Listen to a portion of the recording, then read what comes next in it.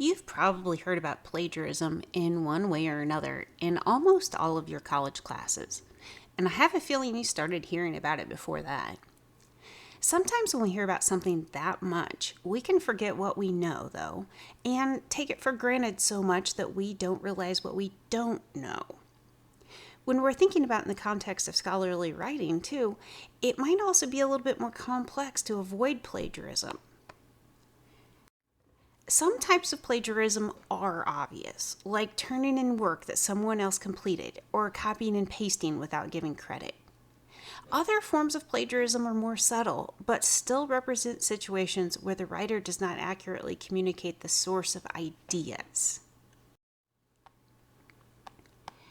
I think we often think of plagiarism in terms of using someone else's words, but in scholarly writing, it's just as important to make sure we're giving credit for ideas. That's part of the reason that copying from another source without using quotation marks is considered plagiarism, even if a citation is included. It gives the reader the impression that we're somehow building on or adapting the ideas from the source.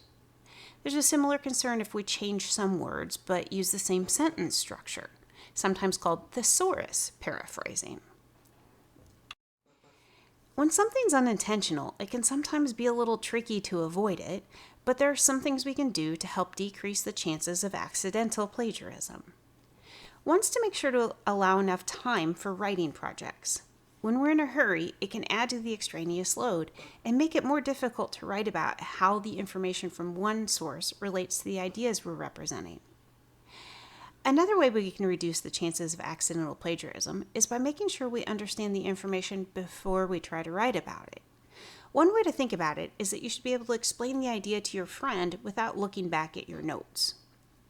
Speaking of those notes, they can also contribute to accidental plagiarism.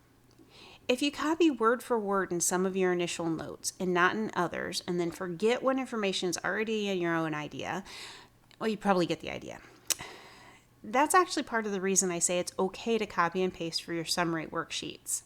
Then you know that the ideas aren't yours, and you'll need to use all of that information to write about it in the context of your topic. In thinking about plagiarism, I have a feeling you might have focused on obvious intentional plagiarism when you learned about it in the past. Hopefully, it's relatively easy to avoid that kind. It can be trickier to avoid unintentional plagiarism, though, so make sure you're giving yourself the time you need and organizing your notes in a way that helps you bring it together to understand how the information supports your ideas.